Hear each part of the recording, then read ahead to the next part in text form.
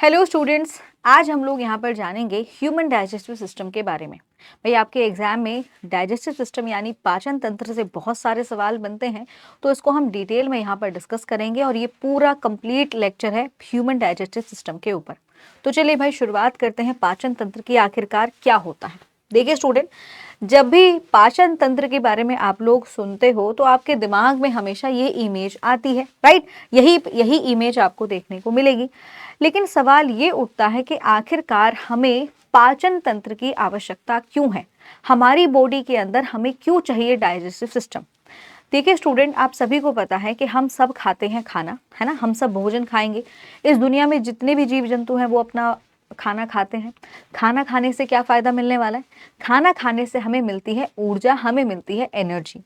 अब ये जो एनर्जी होती है ये भोजन के अंदर मौजूद है ना। भोजन से ही, जब ये भोजन हमारे शरीर में पचेगा तभी जाकर हमारे शरीर के अंगों को एनर्जी मिलेगी, ऊर्जा मिलेगी, तभी वो काम कर पाएंगे।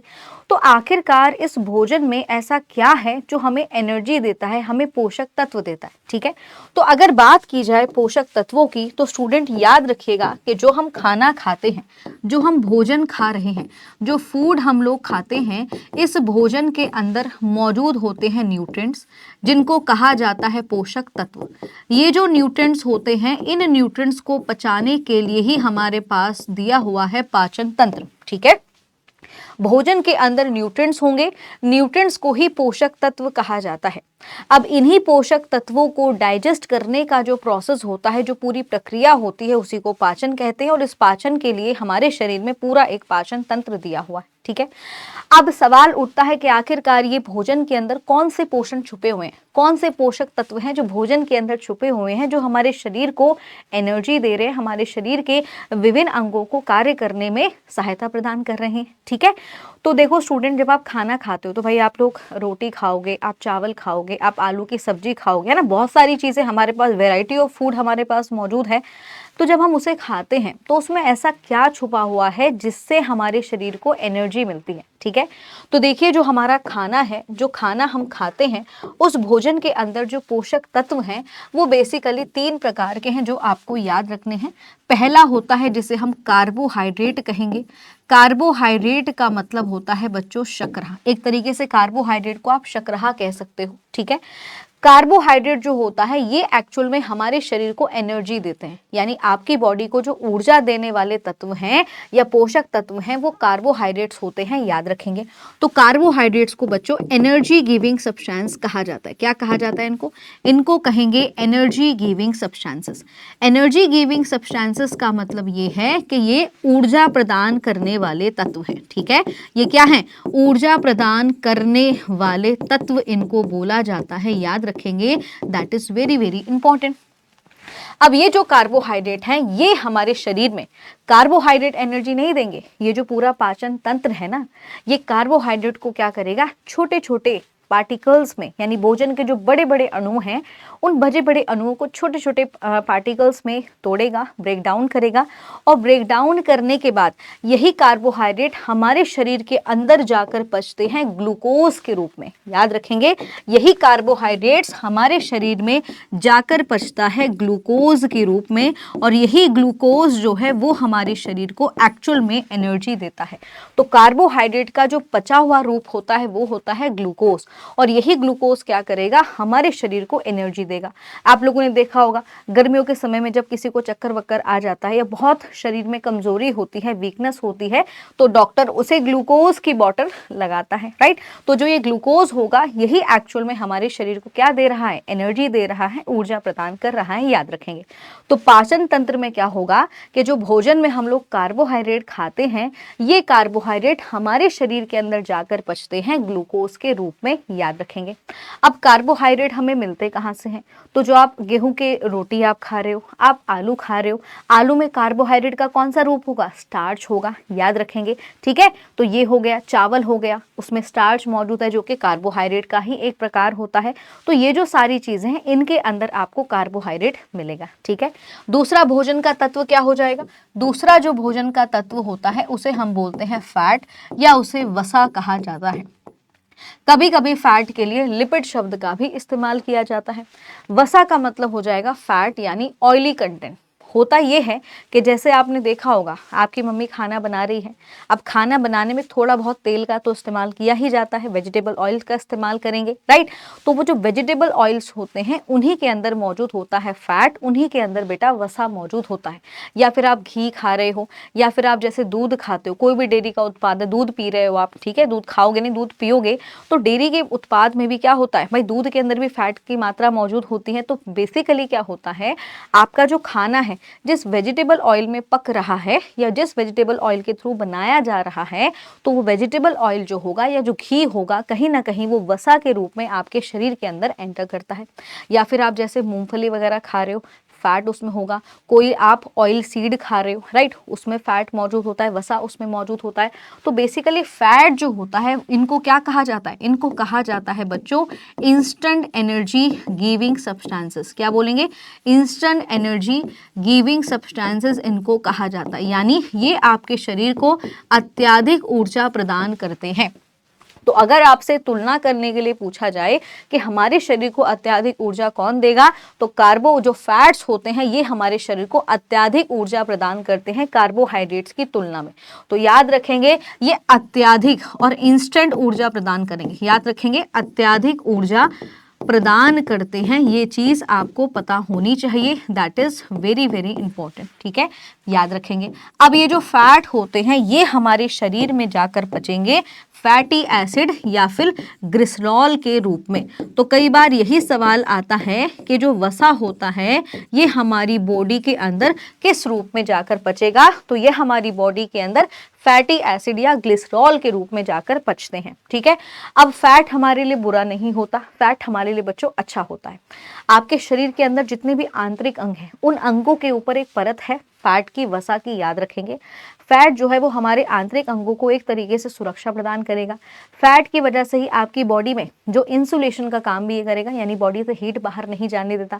फैट एक तरीके से शॉक एब्जॉर्बिंग का भी काम करता है, जैसे तुम कभी एकदम गिर विर जाते हो तो एकदम से चोट नहीं लगती है, अंदर के जो अंग होंगे वो एकदम से उनको नुकसान नहीं पहुंचेगा, ठीक है। तो वसा बेसिकली हमारे लिए बुरा नहीं होता, अच्छा होता है, लेकिन अगर हम इसकी मात्रा लिमिटेड अमाउंट में खाएंगे तो। अगर आप अत्यधिक फैटी चीजें खाते हो, तेलीय पदार्थ अगर आप बहुत ज्यादा सेवन करोगे तो आपके शरीर में फैट की मात्रा बढ़ना शुरू हो जाएगा और इसकी वजह से क्या होगा, ओबेसिटी होगी, मोटापा हो सकता है, ठीक है, याद रखेंगे। अब तीसरी चीज आती है, तीसरी चीज की अगर मैं बात करूंगी तो तीसरा होता है बेटा जिसको हम बोलते हैं प्रोटीन। प्रोटीन बहुत ज़रूरी है क्योंकि प्रोटीन जो है वो आपके शरीर के अंदर जो कोशिकाएं हैं, अगर वो कोशिकाएं डैमेज हो गई हैं, वो कोशिकाएं अगर नष्ट हो गई हैं, तो उन कोशिकाओं को पुनः रिपेयर करने में मदद करेगा। शरीर के विकास के लिए, शरीर की ग्रोथ के लिए प्रोटीन बहुत ज़्यादा आवश्यक होता है, ठीक है। तो शारीरिक विकास के लिए, वृद्धि के लिए क्या चाहिए होगा, हमें डाइट में हमेशा प्रोटीन को इंक्लूड करना चाहिए। आपने देखा होगा जो जिम वगैरह जा रहे होते हैं तो वो अक्सर क्या करते हैं, प्रोटीन की डाइट ज़्यादा लेते हैं, उनके आहार में प्रोटीन की मात्रा ज़्यादा होती है, जिससे क्या होगा, उनकी जो मसल्स वगैरह होती हैं वो विकसित होती हैं, मसल्स जो होंगी मसल्स ग्रोथ देखने को मिलेगा, याद रखेंगे। तो प्रोटीन जो होता है इनको कहा जाता है बॉडी बिल्डिंग सब्सटेंसेस। क्या बोलेंगे इनको, इनको हम बोलेंगे बॉडी बिल्डिंग सब्सटेंसेस, यानी ये क्या है, ये एक तरीके से शरीर को विकसित करने वाले पदार्थ हैं, है ना। ये शरीर को विकसित करने में, शरीर की वृद्धि करने में ये मदद करेंगे, याद रखेंगे। अब ये जो प्रोटीन होते हैं ये हमारे शरीर में किस रूप में जाकर पचेंगे, तो प्रोटीन हमारे शरीर में जाकर पचता है अमाइनो एसिड्स या फिर हम बोलें अमाइनो या अमीनो अम्ल के रूप में, याद रखना है, अमीनो अम्ल के रूप में पचेगा, याद रखेंगे, that is very very important, आपको पता होना चाहिए, ठीक है। तो प्रोटीन जो है वो हमारे शरीर में अमाइनो एसिड्स या अमीनो अम्ल के रूप में पचता है, याद रखेंगे। प्रोटीन हमारी बॉडी के अंदर बहुत सारे एंजाइम्स को बनने में भी मदद करेगा, ये भी आपको पता होना चाहिए, ठीक है। तो प्रोटीन जो होता है वो बहुत ज़्यादा आवश्यक होता है, किस लिए, शरीर की ग्रोथ के लिए, शरीर की वृद्धि के लिए, याद रखेंगे, for body growth and development, याद रखना है, शरीर के विकास और वृद्धि के लिए बेहद ज़रूरी होता है, क्या, बेहद ज़रूरी होता है बेसिकली प्रोटीन, याद रखेंगे, that is very very important, ठीक है। बात समझ में आ गई यहाँ तक, तो याद रखना है शरीर के विकास के लिए बेसिकली क्या है, शरीर के विकास के लिए ये ज़रूरी है, याद रखेंगे, that is very very important, याद रखना है बच्चों, शरीर की वृद्धि एवं विकास के लिए। ओके, ये पेपर में कई बार सवाल आ जाता है कि शरीर के विकास के लिए और डेवलपमेंट के लिए क्या ज़रूरी है। तो शरीर की वृद्धि और डेवलपमेंट के लिए प्रोटीन बहुत ज़्यादा आवश्यक है। प्रोटीन कहाँ से मिलेगा? प्रोटीन मिलेगा जो तुम, जैसे दूध का कोई उत्पाद तुम खा रहे हो, उसमें प्रोटीन की मात्रा होती है। तुम दालें खा रहे हो, है ना, खाने में रोज़ दाल खाते हो ना, तो दाल में क्या होता है बेटा? प्रोटीन्स होता है अच्छी खासी मात्रा में। इसके अलावा अगर बात की जाए तो प्रोटीन आपको एग में मिल जाएगा, है ना। मीट वगैरह जो होता है, जिसको रेड मीट हम बोलेंगे, उसमें भी प्रोटीन की मात्रा भरपूर होगी। ठीक है, तो बेसिकली होता यह है कि हमारे भोजन में 3 तरह के पोषक तत्व मौजूद होंगे और इन 3 तरह के पोषक तत्वों को पचाने के लिए हमारे पास क्या है? पूरा पाचन तंत्र है। लेकिन बात सिर्फ यहाँ पर खत्म नहीं होती। इन 3 पोषक तत्वों के अलावा भी होते हैं जो आपको पता होने चाहिए। इन 3 पोषक तत्वों के अलावा भी होते हैं जिनको हम कहते हैं विटामिन्स और मिनरल्स। याद रखेंगे, विटामिन्स और मिनरल्स भी होते हैं, यानी ये भी हमारे शरीर को क्या करेंगे? इनके बारे में कुछ खास बात याद रखनी है कि जो विटामिन्स होंगे, विटामिन्स और जितने भी खनिज तत्व होते हैं, ये आपके शरीर को बच्चों ऊर्जा तो नहीं देंगे, लेकिन ये आपके शरीर के रक्षा तंत्र को मजबूत करते हैं। ये आपके शरीर को विभिन्न प्रकार की बीमारियों से बचाने में मदद करते हैं। तो याद रखेंगे, ये हमारी बॉडी को कोई ऊर्जा प्रदान नहीं करते। नो एनर्जी, ठीक है, इनसे हमें कोई एनर्जी नहीं मिलेगी। अगर आप सोच रहे हो कि आप इन्हें खा लो और आपको ऊर्जा मिल जाएगी, आपके शरीर को नहीं मिलेगी। ये आपकी बॉडी को कभी भी एनर्जी नहीं देंगे। लेकिन इनका काम क्या है? इनका काम होता है it boost our immune system. हमारा जो रक्षा तंत्र है या जो हमारी रक्षा प्रणाली है, उसको क्या करेंगे बेटा? विकसित होने में मदद करते हैं। इसीलिए शरीर में अगर विटामिन्स और मिनरल्स की कमी होगी तो बॉडी में विभिन्न प्रकार के रोग लग सकते हैं। ठीक है, तो ये चीज आपको ध्यान में रखना है कि ये हमारे शरीर के रक्षा प्रणाली को विकसित करते हैं। याद रखेंगे, शरीर की रक्षा प्रणाली को विकसित करते हैं,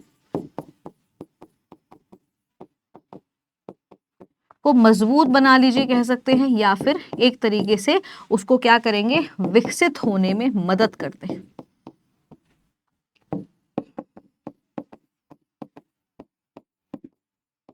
ठीक है, ये चीज आपको ध्यान में रखनी है। इसके अलावा हमारे जो पूरा हमारा आहार होगा, है ना, हमारे पूरे आहार में एक और चीज़ इंपॉर्टेंट होती है जिसे हम बोलते हैं बच्चों पानी, या जिसे वाटर कहा जाता है। देखो, पानी पीने से भी क्या होगा? शरीर में कोई एनर्जी नहीं होगी। पानी के अंदर बेटा 0 कैलोरी होती है, याद रखेंगे। कैलोरी जो होगी वो बेसिकली ऊर्जा को मापने की इकाई है। तो पानी के अंदर कोई कैलोरी नहीं होती, यानी अगर आप पानी पीते रहोगे लगातार तो ये नहीं होगा कि आपके शरीर को एनर्जी मिल जाएगी, आपकी कोशिकाओं को ऊर्जा मिलेगी, नहीं मिलेगी। लेकिन पानी आवश्यक होता है, पानी पीना बेहद ज़रूरी है। आप लोगों ने सुना भी होगा, हमारा शरीर जो है उसमें पानी की मात्रा अच्छी खासी, खून के अंदर पानी मौजूद है, यूरिन के अंदर पानी मौजूद है। तो पानी हमारे लिए क्यों आवश्यक है, क्यों कहा जाता है पानी पीना है? अब पानी की मात्रा जो होती है वो केवल आप जो पानी पियोगे उससे पूरी नहीं होगी। आपने देखा होगा जब आपके घर में दाल वगैरह बनती है उसमें पानी डाला जाता है, जब चावल बनेंगे तो उसमें पानी डाला जाता है, ठीक है, सब्जी बनेगी तो पानी डाला जाता है, या फिर आप कोई फल खा रहे हो उसमें पानी का कंटेंट मौजूद होता है। तो इस तरीके से आपके शरीर में पानी की जो एक तरीके से ज़रूरत है, पूर्ति है, वो इस तरीके से पूरी होती है। लेकिन इसके अलावा भी कहा जाता है कि दिन में प्रतिदिन कम से कम 7 से 8 ग्लास पानी पीना चाहिए। पानी क्यों आवश्यक है? पानी इसलिए आवश्यक है क्योंकि पानी एक तरीके से माध्यम प्रदान करेगा। पानी क्या करेगा? आपकी बॉडी में मीडियम प्रोवाइड करता है। किस चीज़ के लिए? आपके शरीर में जितनी भी रासायनिक क्रियाएं हो रही हैं, आपकी बॉडी के अंदर जितनी भी केमिकल रिएक्शंस हो रही हैं, उन केमिकल रिएक्शंस को एक तरीके से एक्वस मीडियम यानी जलीय माध्यम प्रदान करेगा ताकि वो सही से हो जाए। बात आ रही है समझ में? तो बेसिकली आपके शरीर के अंदर जितनी भी रासायनिक अभिक्रियाएं चल रही हैं, उन रासायनिक अभिक्रियाओं को जलीय माध्यम प्रदान करता है पानी, इसलिए पानी पीना आवश्यक है। आई होप ये चीज़ आपको क्लियर हुई होगी। बेहद बेहद इंपॉर्टेंट है। अगर पानी नहीं होगा तो किडनी जो है उसको ब्लड को फिल्टर करने में, बॉडी से वेस्ट को बाहर निकालने में दिक्कत होगी, है ना, खून में जो भी यूरिया वगैरह मौजूद होगा। तो ये चीज़ आपको ध्यान में रखनी है कि आपकी बॉडी के अंदर जितनी भी रासायनिक क्रियाएं हो रही हैं, उन रासायनिक क्रियाओं को जलीय माध्यम चाहिए, और वो जलीय माध्यम बच्चों पानी की कृपा से पूरा होता है, याद रखेंगे। ठीक है, आई होप ये चीज़ आपको क्लियर हो गई होगी। अब इसके बाद हम आते हैं पाचन तंत्र के ऊपर। हम लोगों ने जान लिया कि बेसिक ये चीज़ें हमारी डाइट में होनी चाहिए, जो हम खाना खा रहे हैं, जो हम आहार खा रहे हैं, उस आहार में बेटा कार्बोहाइड्रेट भी होना चाहिए, प्रोटीन भी होना चाहिए, फैट भी होना चाहिए, विटामिन और मिनरल्स भी होने चाहिए और पानी भी होना चाहिए। पानी के साथ साथ क्या होगा, हम कभी कभी रफेजेस को भी ऐड करते हैं। रफेजेस जिनको बेसिकली डाइटरी फाइबर्स या फिर आहार फाइबर के नाम से जाना जाता है। रफेजेस की अगर मैं बात करूँ, जैसे आपने सैलेड वगैरह खाते हो, राइट, तो जो रफेजेस होते हैं ये क्या करेंगे, आपके शरीर में भोजन सही तरीके से पचे, सुचारू रूप से भोजन का पाचन ढंग से हो जाए, उसके लिए रफेजेस बड़े काम आते हैं। ठीक है, तो अगर किसी के शरीर में बहुत ज़्यादा कॉन्स्टिपेशन हो रहा है, भोजन पच नहीं रहा है, दिक्कत आ रही है, तो ऐसे में डॉक्टर उसको क्या बोलेंगे कि भाई आप रफेजेस खाना शुरू करो। डाइटरी फाइबर्स इसी चीज़ के लिए काम करते हैं, वो क्या करेंगे, कॉन्स्टिपेशन से आपको निजात दिलाने में मदद करेंगे। ठीक है, तो याद रखना है रफेजेस को भी यहाँ पर इंक्लूड किया जाता है। रफेजेस जो होते हैं इनको हम डाइटरी फाइबर के नाम से जानते हैं, रफेजेस, या फिर आप इनको कह सकते हो डाइटरी फाइबर।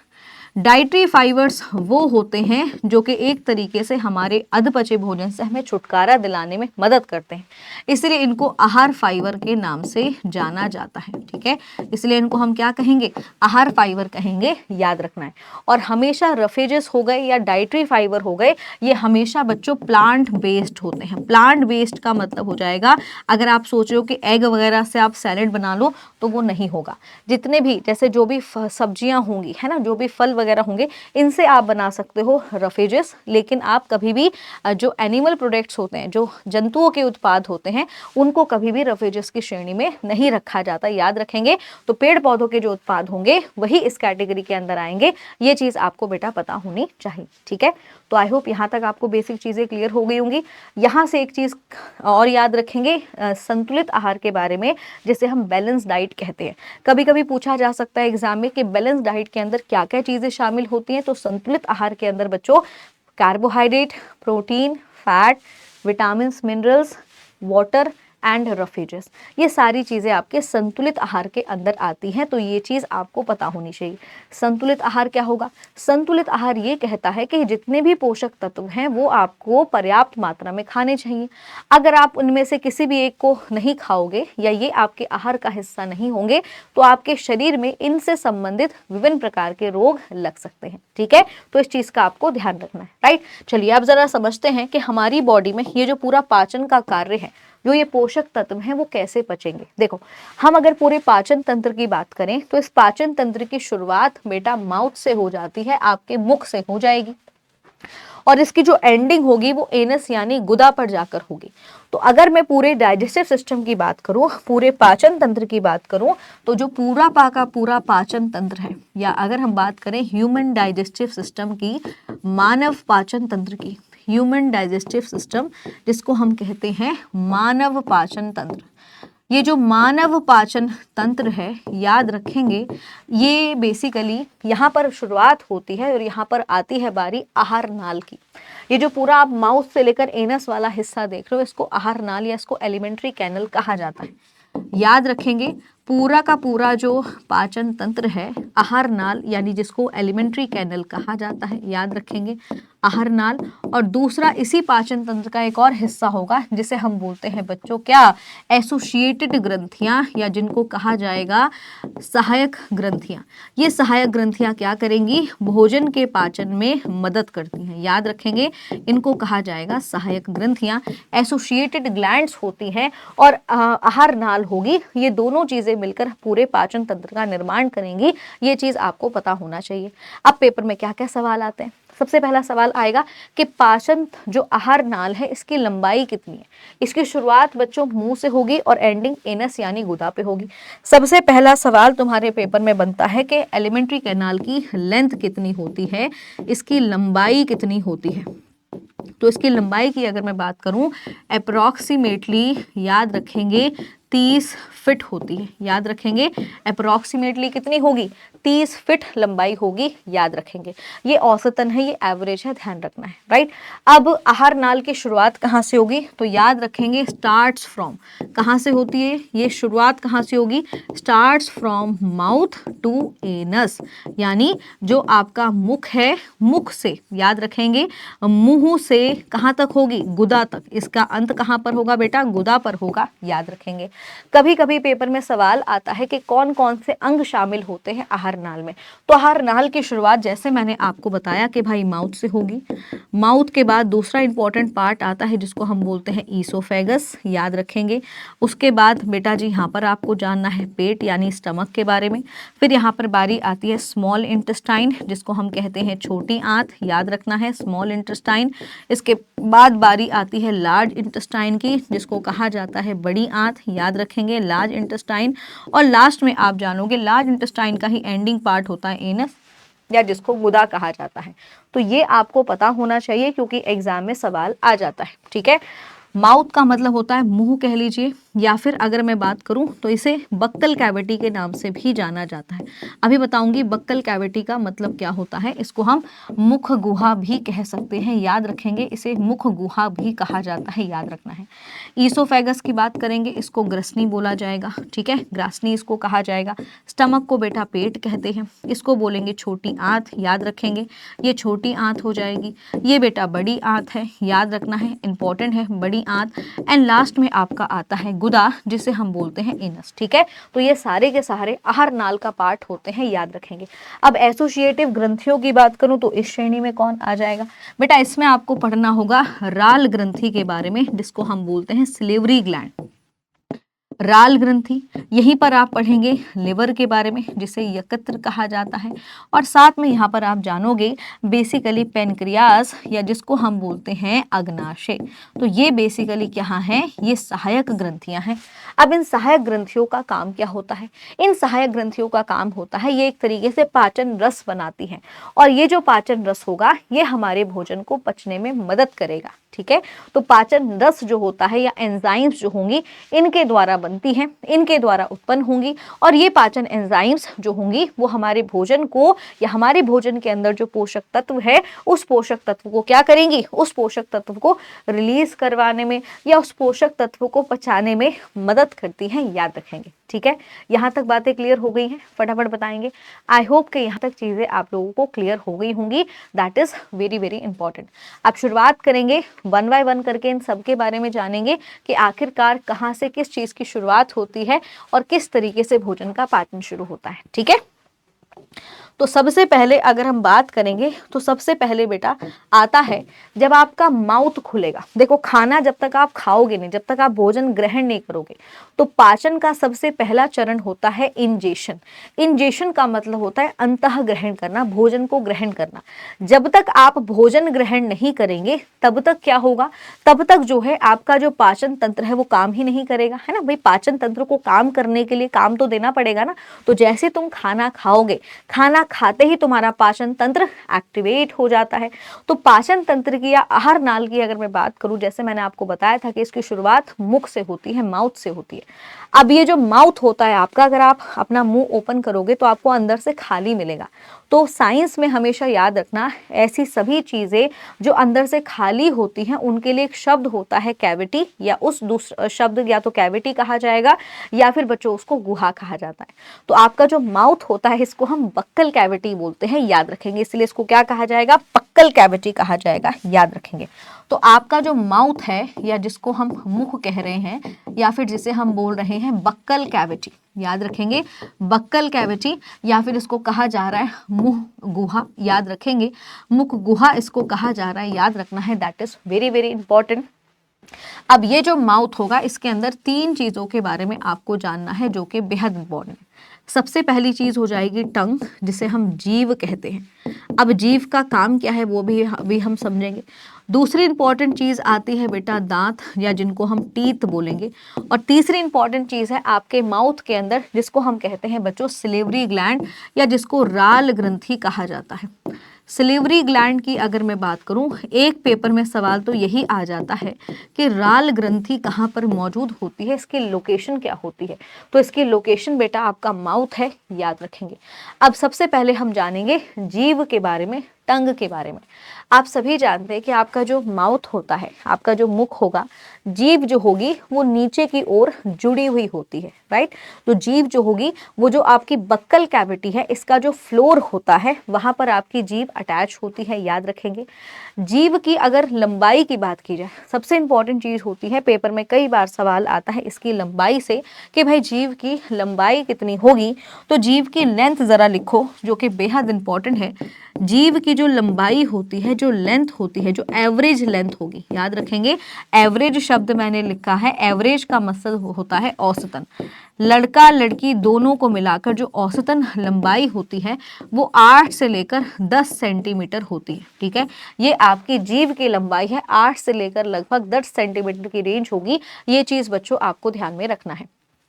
अब इस जीभ का काम क्या है? देखो, जीभ जो होती है वो तो एक तो आपको बोलने में मदद करेगी, बिना जीभ के आप बोल नहीं पाओगे, है ना। मूवमेंट जो होगी वो जीभ की वजह से होगी, तो एक तो मदद करेगी बोलने में, स्पीच में। दूसरा इंपॉर्टेंट काम होता है इसका कि जो ये जीभ होती है यहाँ पर होती है मौजूद स्वाद कलिकाएं, जिनको पेपिले या जिनको टेस्ट बर्ड्स कहा जाता है। अब ये स्वाद कलिकाएं क्या करती हैं? आपके भोजन के अंदर आपका जो खाना है उस खाने में जो भी टेस्ट होगा, है ना, जो भी स्वाद होगा, उस स्वाद को पहचानने का काम करती है। तो याद रखेंगे, जो जीभ होगी यहाँ पर मौजूद होते हैं बच्चों टेस्ट बर्ड्स। टेस्ट बर्ड्स जिनको स्वाद कलिकाएं कहा जाता है, टेस्ट बर्ड्स मौजूद होंगे जिनको हम बोलेंगे स्वाद कलिकाएं। ये स्वाद कलिकाओं का काम होता है, ये जो स्वाद कलिकाएं होती हैं इनका काम होता है बेसिकली भोजन के स्वाद को पहचानना। आमतौर पर ये 4 प्रकार की मानी गई हैं, 4 प्रकार की, याद रखेंगे। वैसे तो काफी सारे होंगे, जो मेजरली होते हैं वो 4 प्रकार के होते हैं। अब आपने देखा होगा आपकी जीभ के ऊपर छोटे छोटे से छिद्र से होते हैं, हल्के हल्के से ना पोर्स होते हैं। उन पोर्स को ही बेटा एक तरीके से, पोर्स नहीं होंगे मतलब आपको इस तरीके के स्ट्रक्चर्स यहाँ पे नजर आ रहे होंगे, इन्हीं को बेटा पेपिलेई कहा जाता है। और पेपिलेई के अंदर ही बेटा आपके टेस्ट बर्ड्स होते हैं, स्वाद कलिकाएं होती हैं, ठीक है। अब ये 4 प्रकार की स्वाद कलिकाएं कौन सी हैं? आपकी जीभ का जो आगे वाला हिस्सा होता है वो कैसा होता है? वो मिठास को पहचानने वाला होता है। साइड वाला जो हिस्सा होगा ये क्या पहचानेगा? ये जो पहचानेगा स्वीट यानी सॉल्टी यानी नमकीन वाले स्वाद को पहचानेगा। इससे और पीछे जाओगे तो बेटा वो खट्टेपन को पहचानता है। और लास्ट का जो पिछला वाला भाग होता है जीभ का, वो कड़वाहट को पहचानता है, यानी कड़वापन जो होगा, जो कड़वा होगा वो कौन पहचानेगा? चौथे वाला पार्ट पहचानेगा, याद रखेंगे। तो पेपर में कई बार सवाल आता है कि जीभ का अगला हिस्सा किस तरह के भोजन के स्वाद को पहचानेगा? तो बच्चों ये मिठास को पहचानेगा, ठीक इसके बगल वाला नमकीन को पहचानेगा, उसके ठीक बगल वाला खट्टेपन को पहचानेगा, और लास्ट वाला जो हिस्सा होता है वो कड़वाहट को पहचानता है, याद रखेंगे, ठीक है।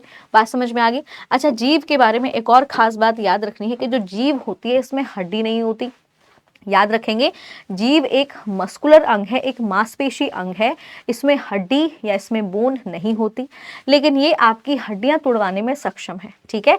ये आपके शरीर के अंदर कुल मिलाकर 206 हड्डियां हैं, तो उन 206 हड्डियों को अच्छी खासी मात्रा में तोड़वा सकती है। क्योंकि जब हम बोलते हैं, अगर हम कुछ ऐसा उल्टा सीधा बोलेंगे तो सामने वाला हो सकता है डिफेंसिव हो जाए, ऑफेंसिव हो जाए, पिटाई विटाई करना शुरू कर दे। तो ध्यान रखेंगे, जीभ जो है इसके अंदर खुद तो हड्डी नहीं है, बट ये आपकी हड्डियों को भरपूर मात्रा में तोड़वाने में सक्षम है। तो याद रखेंगे, ये एक मस्कुलर अंग है, इसको एक मांसपेशी अंग कहा जाएगा, याद रखेंगे, या मांसपेशी अंग आप इसे कह सकते हो। ये संवेदन अंग की श्रेणी में भी आता है, इसको सेंस ऑर्गन भी कहा जाता है, याद रखेंगे। That is very very important, ये चीज आपको पता होनी चाहिए। लड़कों की जीभ की लंबाई लड़कियों की जीभ की लंबाई से ज्यादा होती है, याद रखना है। लड़कों की जो जीभ की लंबाई होगी वो लड़कियों की जीभ की लंबाई से ज्यादा होती है, ध्यान रखेंगे, ठीक है। तो यहाँ तक क्लियर हो गया। तो पेपर में ज्यादातर सवाल बनते हैं स्वाद कलिकाओं से, कि जो स्वाद कलिकाएं हैं ये कौन कौन सी स्वाद कलिका किस चीज को पहचानती है, ध्यान रखेंगे। That is very very important, इस चीज को आपको ध्यान में रखना है, ठीक है, क्लियर। चलिए, बहुत ही अच्छे। अब उसके बाद बारी आती है बच्चों दांतों की। अब दांत भी बेहद जरूरी है। अगर दांत ना हो तो हम खाने को चबा ना पाए, तो खाने को चबाने के लिए आवश्यक होते हैं दांत। क्योंकि अगर आप जैसे रोटी का आप टुकड़ा खा रहे हो, अगर आप उस रोटी के टुकड़े को ना चबाओ, ऐसे ही निगलोगे तो क्या होगा? गले में फंस सकता है ना। तो बेसिकली जो दांत होते हैं ये हमारे भोजन को क्या करते हैं? ग्राइंड करते हैं, पीसते हैं, ठीक है। जिसकी सहायता से क्या होगा? भोजन जो होगा वो थोड़ा सा क्या हो जाएगा? मतलब उसका एक तरीके से वो सॉफ्टन फॉर्म में आ जाएगा और आसानी से निगलने में आपको मदद मिलेगी। अब दांतों के बारे में कुछ खास बातें जानिए। सबसे इंपॉर्टेंट चीज़ ये है कि जो दांत होते हैं ये बेसिकली जबड़ों के अंदर फिट होते हैं। याद रखेंगे, जो दांत होंगे जबड़ों के अंदर फिट होते हैं। ऊपर वाले जबड़े को बोला जाता है मैक्सिबुलर और नीचे वाले जबड़े को कहा जाता है मैंडिबुलर। अब होता ये है कि जो ऊपर वाला जबड़ा होता है बच्चों, वो फिक्स होता है, वो स्थिर होता है, उसमें कोई मूवमेंट नहीं होती। जो हलचल होती है, जो चलित होता है, वो नीचे वाला जबड़ा होता है। तो जब आप बोल रहे होते हो तो लगातार जो नीचे वाला जबड़ा होता है ये मूव कर रहा होता है, इसमें हलचल होती है, याद रखेंगे, ठीक है। अब दांतों के बारे में एक और चीज याद रखनी है कि दांत जो है मनुष्य के जीवन काल में 2 बार आते हैं। एक बार जो आएंगे वो दूध के दांत आएंगे और लगभग 7 से 8 साल की उम्र के बाद क्या होंगे, दूध के दांत मतलब टूटकर परमानेंट टीथ आएंगे, जिनको हम बोलते हैं स्थायी दांत, ठीक है। तो मनुष्य के जीवन काल में दांत 2 बार आते हैं, याद रखेंगे, ये बेहद इंपॉर्टेंट है, आपको पता होना चाहिए। तीसरी इंपॉर्टेंट चीज याद रखेंगे कि हमारे जो दांत हैं वो सारे के सारे एक जैसे नहीं हैं। मनुष्य के जो दांत हैं वो लगभग 4 प्रकार के होते हैं, ठीक है। तो अलग अलग प्रकार के हमारे दांत हैं, तो इनको हम अभी हम डिटेल में लिखेंगे क्योंकि यहीं से पेपर में सवाल आ जाता है, ठीक है। सबसे पहली चीज आती है स्टडी ऑफ टीथ। दांतों के अध्ययन को क्या कहा जाता है? ये पेपर में पूछा जाता है कि भाई दांतों के अध्ययन को क्या कहा जाएगा। तो दांतों के अध्ययन की अगर मैं बात करूं, इसे हम बोलते हैं ओडेंटोलॉजी। क्या कहेंगे? इसको कहा जाएगा बेटा ओडेंटोलॉजी, याद रखेंगे, ठीक है। दांतों का जो डॉक्टर होगा उसको डेंटिस्ट बोला जाता है, याद रखेंगे। डेंटिस्ट शब्द कहाँ से आया? क्योंकि दांतों के लिए एक और शब्द होता है जिसको हम बोलते हैं डेंटिशन, तो डेंटिशन शब्द से ही डेंटिस्ट शब्द आया है, याद रखेंगे, ठीक है, क्लियर। अब जो ये दांत होंगे, ये दांत इंसान के जीवन काल में बच्चों 2 बार आते हैं, याद रखना है। दांत जो होंगे वो जीवन काल में 2 बार आएंगे, 2 बार आएंगे दांत। 2 बार दांत आएंगे तो पूछा जाता है, एक बार आएंगे दूध के दांत जिन्हें हम बच्चों कहते हैं मिल्क टीथ या दूध के दांत कहेंगे। अब सवाल उठता है कि जो दूध के दांत होते हैं इनकी संख्या कितनी होती है, ठीक है। एक बार दूध के दांत आएंगे और दूसरी बार आएंगे बेटा परमानेंट टीथ। अब ये परमानेंट टीथ जो आएंगे ये आ गए और अगर आपने इनको खराब किया तो दोबारा दांत नहीं आने वाले हैं, फिर नकली ही दांत लगवाने पड़ेंगे। तो जीवन काल में 2 बार दांत आएंगे, एक बार होंगे दूध के दांत और दूसरी बार होंगे बच्चों स्थायी दांत। दूध के दांतों की अगर मैं बात करूं तो इनकी संख्या होती है 20, याद रखेंगे। और जो परमानेंट टीथ होते हैं बेटा इनकी संख्या होती है 32। ये भी सवाल कई बार एग्जाम में आता है कि किसी वयस्क के दांतों की संख्या कितनी होगी, 32 होगी, और बच्चों के दांतों की संख्या जो दूध के दांत होते हैं वो बेटा 20 होते हैं। तो यहाँ से आप समझ सकते हो कि कुल मिलाकर 20 दांत ऐसे हैं जो जीवन काल में 2 बार रिपीट होते हैं। आ रही है बात समझ में? तो 20 कुल मिलाकर दांत ऐसे हैं जो जीवन काल में 2 बार रिपीट होंगे, इस चीज को आपको ध्यान में रखना है। अब जो अलग अलग प्रकार के दांत हैं, अब जरा इनके बारे में जानेंगे। दांतों के जैसे मैंने आपको बताया कि भाई दांत जो होते हैं वो 4 प्रकार के होते हैं। 4 प्रकार के दांत कौन कौन से हैं, जरा इसके बारे में जानेंगे, जो कि बेहद इंपॉर्टेंट है। सबसे पहला प्रकार हो जाएगा जिसे कहा जाएगा इंसीजर। इंसीजर का मतलब होता है कृंतक। इंसीजर का मतलब हो जाएगा बच्चों कृंतक। कृंतक यानी ये जो दो आगे वाले जो दांत होते हैं, ऊपर के जो आपके फ्रंट वाले जो टीथ होंगे, इनको बच्चों हम कहते हैं कृंतक। क्या कहा जाएगा? इनको कृंतक कहा जाएगा। जब तुम मुस्कुराते हो, हल्की सी मुस्कुराहट दोगे तो तुम्हारे यही वाले दांत अपीयर होते हैं। तो आगे वाले जो दांत हैं इन्हीं को बेटा हम क्या कहेंगे? इन्हीं को हम कृंतक बोलेंगे। कृंतक दांतों का काम क्या होता है? ये काटने के काम आते हैं, इसलिए इनको हम कहते हैं बाइटिंग टीथ। ये किस काम आएंगे बच्चों? ये काटने के काम आते हैं, इसीलिए इनको बाइटिंग टीथ कहा जाता है। आपने देखा होगा जब एक छोटा बच्चा होता है, सबसे पहले उसके यही 2 दांत आएंगे, 2 ऊपर के आएंगे, 2 नीचे के आएंगे, तो वो सबसे पहले काटने की कोशिश करता है ना। वो अपने दांतों को चेक कर रहा होता है, काम क्या कर रहे हैं। तो जो काटने वाले दांत होते हैं उनको कृंतक कहा जाता है, उनको इंसिजर कहा जाएगा, याद रखेंगे। उसके बाद दूसरा जो दांत होगा उसको हम बोलेंगे कैनाइन, या फिर इसको बेटा रंदक कहा जाएगा। रंदक जो होते हैं वो आपके नुकीले दांत होते हैं। रंदक को क्या कहा जाएगा बेटा? पॉइंटेड टीथ कहा जाएगा। इनको नुकीले दांत बोला जाता है, याद रखेंगे। और इनका काम होता है चीड़ फाड़ करने का, यानी ये टीयरिंग के काम आते हैं। टीयरिंग का मतलब हो जाएगा बच्चों चीड़ फाड़ करने का, याद रखेंगे। इनका काम क्या होता है? टीयरिंग करने का, चीड़ फाड़ करने का। तो तुमको जो ये वाले दांत नजर आ रहे हैं ये जो आपको नजर आ रहे हैं यही है बेटा कैनाइन। ये जो चीड़ फाड़ वाले दांत तुम्हें नजर आ रहे हैं यही बेटा कैनाइन है, याद रखेंगे। होता ये है जितने भी मांसाहारी जीव होते हैं उनके ये वाले दांत नुकीले होते हैं, थोड़े से लंबे होते हैं। आपने देखा हो ना शेर वगैरह होगा, इन्हीं से चीर फाड़ करता है, ठीक है। तो बेसिकली ये नुकीले दांत होते हैं और इनको टीयरिंग टीथ कहा जाता है, याद रखेंगे। तीसरा जो दांत होगा उसको हम बोलेंगे प्री मोलर, या इनको क्या कहा जाएगा, प्री मोलर बोला जाता है, जो दाढ़ें होती हैं, या फिर आप इन्हें कह सकते हो अग्र चबड़क। क्या कहोगे बेटा, इनको अग्र चबड़क बोलोगे, याद रखना है, बेहद इंपॉर्टेंट है। अग्र चबड़क का मतलब होता है ये बेसिकली क्या करेंगे, इनका काम होता है चबाने का, ग्राइंडिंग करने का, ये पीसने का काम करता है। तो आप जब रोटी वगैरह खाते हो तो तुरंत आपकी दाढ़ें क्या करेंगी, उसको पीसने का काम करेंगे, चबाने का काम करेंगे। और चौथे होते हैं बेटा जिनको हम कहते हैं मोलर, या जिनको क्या कहा जाएगा, जिनको चबड़क कहा जाएगा, याद रखेंगे। इनको क्या कहा जाएगा, इनको चबड़क कहा जाएगा। और इनका काम भी बेटा ग्राइंडिंग करने का ही होता है, भोजन को पीसने का ही होता है, याद रखेंगे, ठीक है। बात समझ में आ गई। तो 4 प्रकार के दांत होंगे और ये जो 4 प्रकार के दांत होते हैं इनका कार्य आपसे पेपर में पूछा जा सकता है, ठीक है। यहां तक चीजें क्लियर हो गई। आई होप कि यहाँ तक बेसिक चीजें आपको क्लियर हो गई होंगी। अब पेपर में यहाँ से एक और सवाल बनता है और वो सवाल बनता है दांतों के सूत्र से। दांतों के सूत्र से सवाल आ जाता है डेंटल फॉर्मूला। डेंटल फॉर्मूला की अगर मैं बात करूंगी, अडल्ट डेंटल फॉर्मूला, खासकर किसका पूछा जाता है, अडल्ट डेंटल फॉर्मूला। एक वयस्क होगा उसके दांतों का सूत्र क्या होगा, ये पेपर में कई बार सवाल आ जाता है, ठीक है। दांतों के सूत्र की बात करें तो याद रखना है दांतों का सूत्र, और ये किसी वयस्क का पूछा जाता है, याद रखेंगे। और केवल वयस्क का नहीं पूछा जाएगा, बच्चों का भी पूछा जाता है, तो दोनों मैं आपको बताऊंगी।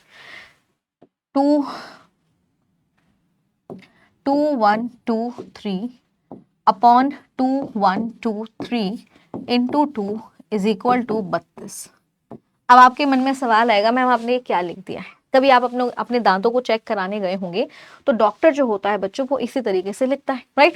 अब ये 2 1 2 का मतलब क्या है, देखो 2 1 2 का मतलब हो जाएगा, सबसे पहली चीज आप ये जानना कि आपका जो ऊपरी जबड़ा होता है उसमें कुल मिलाकर 16 दांत होंगे, निचले जबड़े में कुल मिलाकर 16 दांत होंगे। तो इसीलिए आप देखोगे, इसलिए आपके दांतों का जो टोटल होता है वो क्या हो जाता है बेटा, वो 32 हो जाता है, याद रखेंगे। आपके ऊपरी दांत कितने होंगे, कुल मिलाकर 16 होंगे ऊपरी जबड़े में, और निचले जबड़े में बेटा कितने होंगे, निचले जबड़े में भी आपके 16 दांत होंगे। ये चीज आपको ध्यान में रखनी है। अब यहाँ पर बेसिक चीजें जानेंगे कि ये 2 1 2 का मतलब क्या है। ये जो 2 की संख्या होगी बेटा ये दर्शाती है इंसिजर को।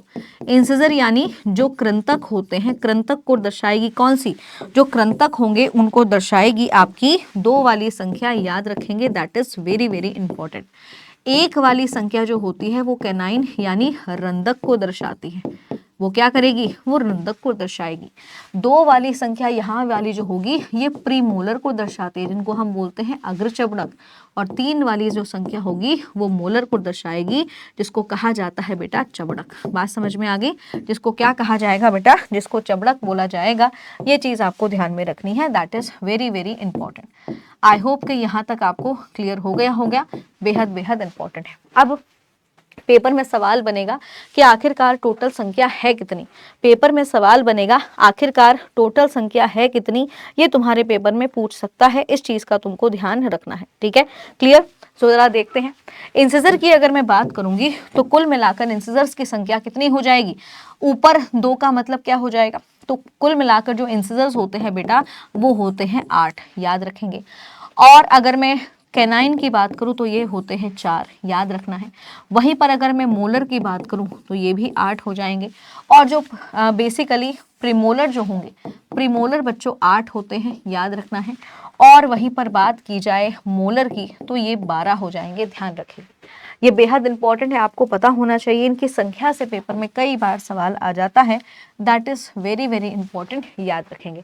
अब आप कहोगे कि मैम ये कैसे आपने कर लिया, देखो 2 का मतलब ये हो जाता है 2 गुना 2 मतलब 4, 4 ऊपर वाले जबड़े में होंगे और 4 नीचे वाले जबड़े में होंगे, ठीक है। 4 जो होंगे बच्चों ऊपर वाले जबड़े में दांत होंगे और 4 नीचे वाले जबड़े में होंगे, तो इसीलिए 8 हो गया है। 1 और 1 का मतलब क्या हो जाएगा, 2 ऊपर वाले जबड़े में होंगे, 2 नीचे वाले जबड़े में होंगे, इसलिए 4 हो गया है। ठीक उसी तरीके से यहाँ पर क्या हो जाएगा, प्रीमोलर 4 ऊपर वाले जबड़े में, 4 नीचे वाले जबड़े में, एंड ठीक उसी तरीके से 3 ऊपर, मतलब 3 का मतलब हो जाएगा 6, 6 ऊपर वाले जबड़े में, 6 नीचे वाले जबड़े में, इसलिए जब आप इनको टोटल करोगे तो आपके पास 32 आ जाएगा। बात समझ में आ गई है, चीज़ें क्लियर हो गई हैं। तो ये इसी तरीके से आपको यहाँ पर दिया हुआ है, ठीक है। अब बच्चों के सूत्र के बारे में भी जान लेते हैं। चाइल्ड्स डेंटल फॉर्मूला, इससे भी सवाल आ जाता है भाई। चाइल्ड डेंटल फॉर्मूला की अगर मैं बात करूं, बच्चों के दांतों का सूत्र क्या होगा, तो बच्चों के दांतों की अगर सूत्र की बात की जाएगी 2102, याद रखेंगे 2102, और इसीलिए यहाँ पर आती है बारी 20 की, ठीक है। अब यहाँ पर खास चीज याद रखना, इसी तरीके से कैलकुलेट किया जाएगा। ये इंसिजर की संख्या होगी, ये बच्चों कैनाइन की होगी, ये होती है मोलर की, और ये हो जाएगी प्री मोलर की। देखो बच्चे जो होते हैं उनके पास प्री मोलर यानी अग्र चबड़क नहीं होते, तो ये चीज भी आपको ध्यान में रखनी है कि जो बच्चों के दांत होंगे उन बच्चों के दांतों में अग्र चबड़क नहीं होते, इस चीज को आपको ध्यान रखना है, ठीक है। क्लियर हो गया यहाँ तक। अगर इसमें तुम्हें थोड़ा सा भी डाउट हो रहा है तो आप इसको ऐसे भी समझ सकते हो कि ये हमारा जबड़ा है कुछ इस तरीके से, राइट। यहाँ पर इस तरीके से बच्चों दांत है, राइट, इस तरीके से दांत हैं, इनको आप इस तरीके से पार्टीशन कर लो। तो आप इसको ऐसे समझो कि 2 दांत इधर दे दिए हैं, 2 दांत इधर दे दिए, यानी 2 का मतलब क्या हो जाएगा, 2 का मतलब आप इसको इस तरीके से समझ सकते हो कि जो 2 दांत हैं, एक इधर एक इधर एक इधर, बात आ रही है समझ में, यानी 2 इस तरफ 2 इस तरफ, ठीक उसी तरीके से 2 इस तरफ 2 इस तरफ, तो कुल मिलाकर 8 हो गए ना। आप इसको ऐसे भी समझ सकते हो, लेफ्ट और राइट करके भी समझ सकते हो, ठीक है। क्लियर हो गया है यहाँ तक। आई होप आपको बेसिक बातें समझ में आ गई होंगी। ये आपको याद करना पड़ेगा, यहाँ से पेपर में सवाल आ जाता है। अब इसके बाद अगला सवाल बनता है कि दांतों का स्ट्रक्चर कैसा होगा। दांतों के स्ट्रक्चर की अगर मैं बात करूँ स्टूडेंट, तो ये हमारा पूरा एक दांत होता है, याद रखेंगे। दांत के स्ट्रक्चर की अगर मैं बात करूंगी, सबसे ऊपरी जो भाग होता है दांत का, इसको एनिमल या फिर इसको तामचीनी बोला जाता है। नीचे वाला पार्ट है इसको आप डेंटाइन बोलेंगे। उसके बाहरी वाला जो ये परत देखोगे इसको सीमेंटम कहा जाता है, और ये वाला जो पार्ट है इसको बेटा पल्प कहा जाएगा। पल्प में ब्लड वेसल्स होती हैं, पल्प में क्या होंगी, पल्प में बेटा ब्लड वेसल्स होती हैं, जो एक तरीके से आपकी पूरी के पूरे दांतों में सेंसेशन क्रिएट करती हैं, ठीक है। अब यहाँ से जो तुम्हें छोटी बेसिक चीज याद रखनी है कि आपकी बॉडी का strongest part of body, strongest part of body, शरीर का सबसे मजबूत हिस्सा माना जाता किसको, एनिमल को। एनिमल जो होता है बेटा, ये शरीर का सबसे स्ट्रॉन्ग हिस्सा होता है, याद रखेंगे। पेपर में कई बार सवाल आता है कि शरीर के सबसे मजबूत हिस्से को हम क्या कहते हैं, तो शरीर का सबसे मजबूत हिस्सा आपके दांतों में मौजूद है और उसे एनिमल कहा जाता है। अब आपके दांत बने किससे होते हैं, तो याद रखना है कि जो आपके दांत होंगे, आपके दांत खोखले नहीं होते, ये बने होते हैं कैल्शियम फॉस्फेट के, याद रखना है। ये 2 मिनरल बेहद आवश्यक होते हैं, याद रखना है, और इनसे आपके दांत बने हैं, याद रखेंगे। That is very very important, ठीक है। एक और चीज याद रखेंगे, अगर आपके दांतों का पीएच, आपके दांतों का पीएच मान यदि 5.5 से कम हो जाता है, लो हो जाता है, लोअर हो जाता है, ऐसे में दांतों में कैविटी होना शुरू हो जाता है, टूथ कैविटी होना शुरू हो जाएगा। टूथ कैविटी का मतलब होता है दांतों में इस तरीके से काले काले से धब्बे आना शुरू हो जाएंगे और दांत अंदर से खोखले होना शुरू हो जाएंगे। ये कब होगा, ये तब होगा जब तुम सही समय पे ब्रश नहीं करोगे, ये तब होगा जब तुम मीठा वगैरह खाओगे, माउथ वॉश नहीं करोगे, जब आपके माउथ में एसिडिक रिएक्शन साथ में बैक्टीरियल रिएक्शन सब बढ़ जाती हैं, तो ऐसे में दांत खराब होना शुरू हो जाते हैं। इसीलिए कहा जाता है कि रात को सोते समय हमेशा ब्रश करके सोना चाहिए, नहीं तो बैक्टीरियल फॉर्मेशन रात के समय बहुत ज्यादा होती है और दांत खराब होना शुरू होंगे। और आप लोग सभी जानते हैं कि आप और मैं, हम सब इसी अवस्था में आ चुके हैं कि अगर अब स्थायी दांत खराब हुए तो फिर नकली दांत लगाने पड़ेंगे। नकली दांत नकली ही होते हैं, जो अपने ओरिजिनल दांत होते हैं they all are the best, right. तो इसीलिए दोनों समय क्या करना चाहिए, ब्रश करना चाहिए, सुबह भी और रात को सोते वक्त भी, ठीक है। यहां तक क्लियर हो गई बात, यहां तक चीजें समझ में आ गई। चलिए, बहुत ही अच्छे, बहुत ही शानदार। इसके बाद आगे देखेंगे तो ये दांतों के 4 प्रकार, incisor, canine, pre molar and molar. आप देख सकते हो चारों में अंतर क्या होता है, वो मैंने यहाँ पर आपको दिखा दिया, आपके लिए इजी होगा इनको पहचानना, ठीक है।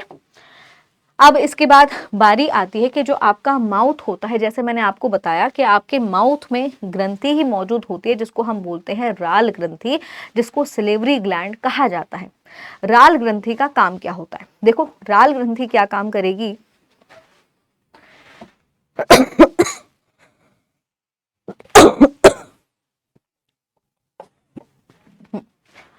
तो बेसिकली क्या होता है, आपके माउथ में ना राल ग्रंथि होगी, सिलेवरी ग्लैंड होगी। सिलेवरी ग्लैंड का काम होता है राल बनाना, सलाइवा बनाना। आपने देखा होगा जब आप खाना खा रहे हो तो, या फिर आप कोई भी टेस्टी खाना देखोगे, आपके मुंह में राल बनना शुरू हो जाएगा। वो राल आती कहाँ से? वो राल आती है बेटा राल ग्रंथि से, जिसको हम सिलेवरी ग्लैंड कहते हैं। तो याद रखेंगे, जो माउथ होता है, जो मुख होगा, यहाँ पर एक ग्रंथि मौजूद है जिसको हम बोलते हैं सिलेवरी ग्लैंड, जिसको क्या कहा जाता है? जिसको राल ग्रंथि कहा जाता है। याद रखेंगे, बेहद बेहद इंपॉर्टेंट है। इस राल ग्रंथि का काम होता है सलाइवा बनाना, राल बनाना। याद रखेंगे क्या काम होता है इसका? इसका काम होगा राल बनाना, याद रखेंगे। अब इस सलाइवा के अंदर, ये जो सिलेवरी ग्लैंड होगी, इस सलाइवा के अंदर बेटा 2 एंजाइम्स भी होती हैं, याद रखेंगे। कौन सी? एक एंजाइम का नाम होगा अमाइलेसिस, या जिसको हम बोलेंगे सिलेवरी अमाइलेसिस। इसको सिलेवरी अमाइलेसिस या फिर इसको टाइलिन के नाम से भी जाना जाता है। तो याद रखेंगे, इसके 2 नाम हैं, या तो इसे सिलेवरी अमाइलेसिस कहा जाएगा या फिर इसे टाइलिन कहा जाएगा। साथ में एक और एंजाइम करती है जिसका नाम है लाइजोजाइम। 2 तरह की एंजाइम्स बनाएगी, याद रखना है। पेपर में कई बार सवाल आता है कि सिलेवरी ग्रंथि के द्वारा जो सलाइवा उत्पन्न होता है उसमें कौन कौन सी 2 एंजाइम्स होंगी? सिलेवरी अमाइलेसिस और बेटा लाइजोजाइम। एंजाइम्स क्या होती हैं? एंजाइम्स प्रोटीन की बनी हुई होती हैं। इनको जैव उत्प्रेरक कहा जाता है। बेसिकली बायो कैटलिस्ट इनको कहा जाएगा। कैटलिस्ट वो होते हैं जो किसी भी रिएक्शन को, यानी किसी भी अभिक्रिया को या तो तेज कर देंगे या फिर बच्चों धीमा कर देंगे। तो ये हमारे भोजन को पचाने में सहायता प्रदान करते हैं, राइट। तो बेसिकली अब बात की जाए सलाइवा में जो सिलेवरी अमाइलेसिस होगी, कई बार पेपर में सवाल आ जाता है। ये जो सिलेवरी अमाइलेसिस होगी, इसका पीएच याद रखना 6.8 होता है। और जो आपने खाना खाया है, आपके भोजन में जो कार्बोहाइड्रेट का रूप है, स्टार्च के रूप में, कार्बोहाइड्रेट बेटा स्टार्च के रूप में अगर आप खा रहे हो तो ये इस स्टार्च को माल्टोज में परिवर्तित कर देती है। यानी यहाँ से आपको ये चीज़ समझनी है कि जो राल ग्रंथि होगी ये सलाइवा बनाएगी, और सलाइवा में एंजाइम्स होती हैं, और ये एंजाइम्स क्या करेंगी? ये एंजाइम्स बेसिकली आपने जो कार्बोहाइड्रेट खाया है उसके पाचन को, उस कार्बोहाइड्रेट को माल्टोज में या सिंपल शुगर में, सरल शर्करा में परिवर्तित कर देंगी। याद रखना है।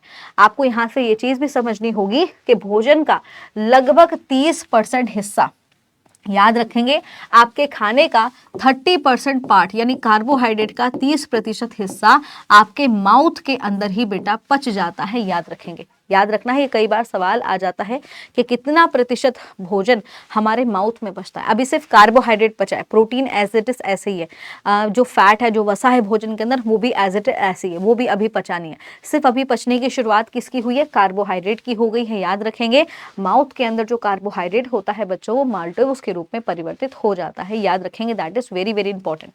अब जो खाना तुम्हारे माउथ के अंदर है, जिस खाने के अंदर बेसिकली मिला हुआ है सलाइवा, देखो अगर सलाइवा नहीं मिलेगा तो खाना निगलने में दिक्कत हो जाएगी। तो सलाइवा जो होगा ये तुम्हारे खाने के अंदर मिक्स हो जाएगा। ऐसा खाना जिसमें सलाइवा या जिसमें राल घुली हुई है उसको कहा जाता है बोलस। उसको क्या कहा जाएगा बच्चों? उसको बोलस कहा जाएगा। याद रखेंगे। अब जो ये बोलस है तुम उसको निगलोगे, निगलते वक्त सीधा ये खाना तुम्हारे पेट के अंदर जाएगा, तुम्हारे स्टमक के अंदर जाएगा।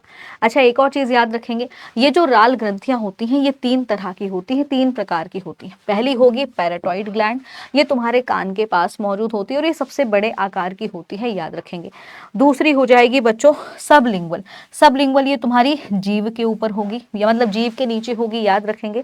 और तीसरी होती है बेटा सब मैंडिबुलर, जो तुम्हारे जबड़े के पास होगी, निचले जबड़े के पास होगी।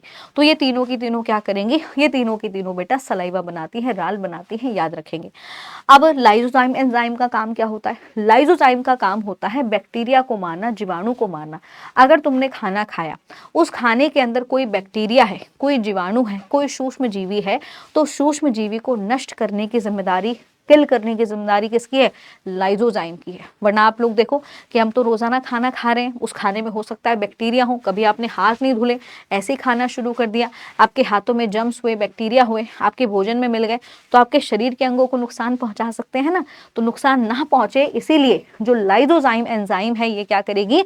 भोजन के अंदर मौजूद जो बैक्टीरिया होते हैं, जो जीवाणु होते हैं बच्चों, उनको नष्ट करती है। याद रखेंगे। तो ये एक तरीके से एंटीबैक्टीरियल एंजाइम है। याद रखेंगे क्या है ये, एक तरीके से बच्चों एंटीबैक्टीरियल एंजाइम है। याद रखेंगे ये जीवाणु को नष्ट करती है। भोजन में जो मौजूद जीवाणु होंगे उनको बेटा क्या करेगी, उनको नष्ट करेगी। याद रखना है भोजन में मौजूद जीवाणु को नष्ट करती है, ये इसका काम होता है। याद रखेंगे, that is very very important, exam में कई बार सवाल आ जाता है। ठीक है, चीजें क्लियर हो गई यहाँ तक।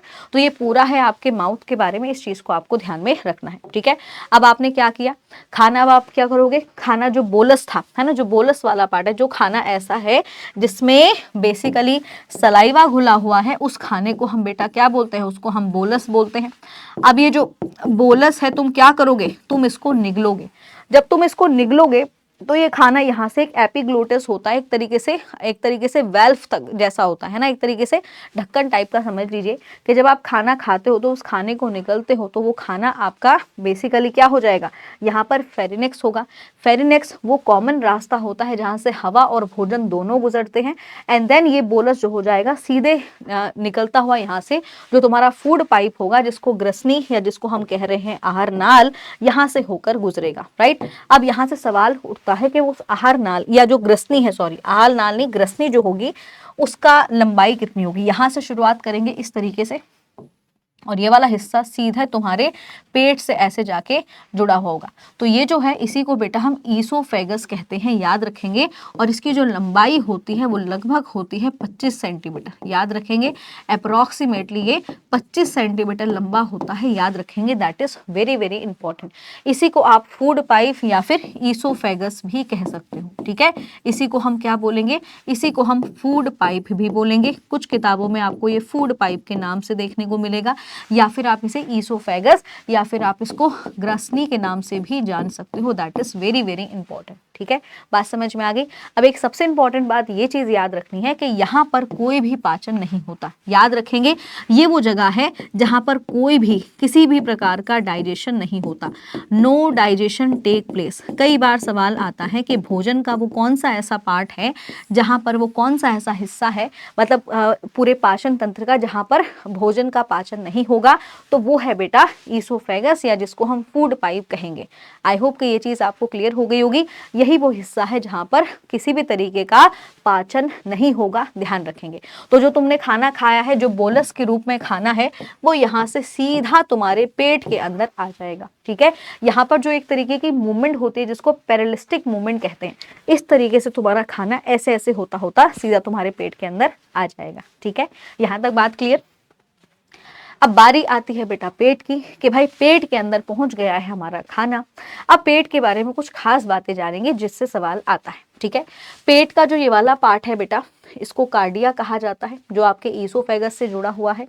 ये वाला हिस्सा फंडस होगा, ये मेन बॉडी है, इसको पाइलोरिसिस कैनल कहा जाएगा। राइट, जो आपके छोटी आंत से जुड़ा हुआ होता है। अब पेट के बारे में बात करेंगे, स्टमक की हम बात करेंगे। पेट कह लीजिए, स्टमक कह लीजिए, या फिर आप इसे जठर कह सकते हो, ये सब इसी के लिए शब्द होता है, या फिर इसको आप अमाशय भी बोलते हो।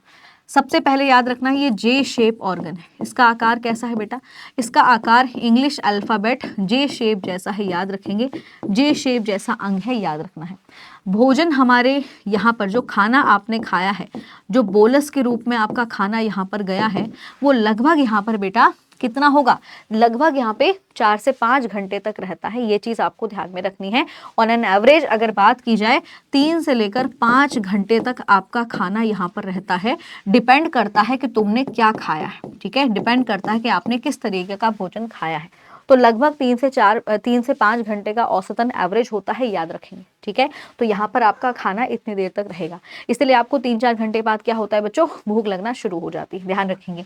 अब ये जो हमारा पेट होता है, इस पेट के अंदर एक ग्रंथि मौजूद होती है जिसको हम बोलते हैं बेटा गैस्ट्रिक ग्लैंड। क्या बोलेंगे, गैस्ट्रिक ग्लैंड, या फिर इसको गैस्ट्रिक ग्रंथि बोलेंगे, याद रखना है। ये गैस्ट्रिक ग्रंथि बनाती है गैस्ट्रिक जूस, जिसको अग्नाशय रस कहा जाता है। अब ये गैस्ट्रिक जूस कोई वो नींबू पानी या वो मतलब मौसमी का जूस टाइप नहीं है, याद रखेंगे, गैस्ट्रिक जूस बनाएगी, याद रखेंगे।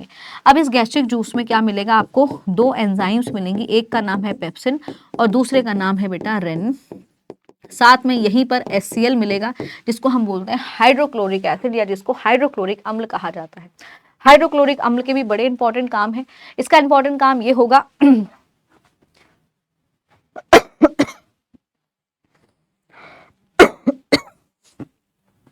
इसका काम क्या होगा, ये आपके भोजन में, अगर आपके भोजन में गलती से कोई जीवाणु आ गया जो आपका लाइसोजाइम नहीं उसको मार पाया था, तो स्टमक के अंदर जो HCl मौजूद होगा वो क्या करेगा, उस बैक्टीरिया उस जीवाणु को नष्ट कर देगा, पहला काम। दूसरा काम इसका होता है कि ये क्या करेगा, इन दोनों एंजाइम्स को सक्रिय होने के लिए अम्लीय माध्यम प्रदान करेगा। तो ये बहुत इंपॉर्टेंट चीज है, याद रखेंगे। HCl के दो इंपॉर्टेंट काम होते हैं, एक काम होता है इसका अम्लीय माध्यम प्रदान करना इन दोनों एंजाइम्स को, ताकि एंजाइम्स क्या कर सकें, काम कर सकें, ठीक है।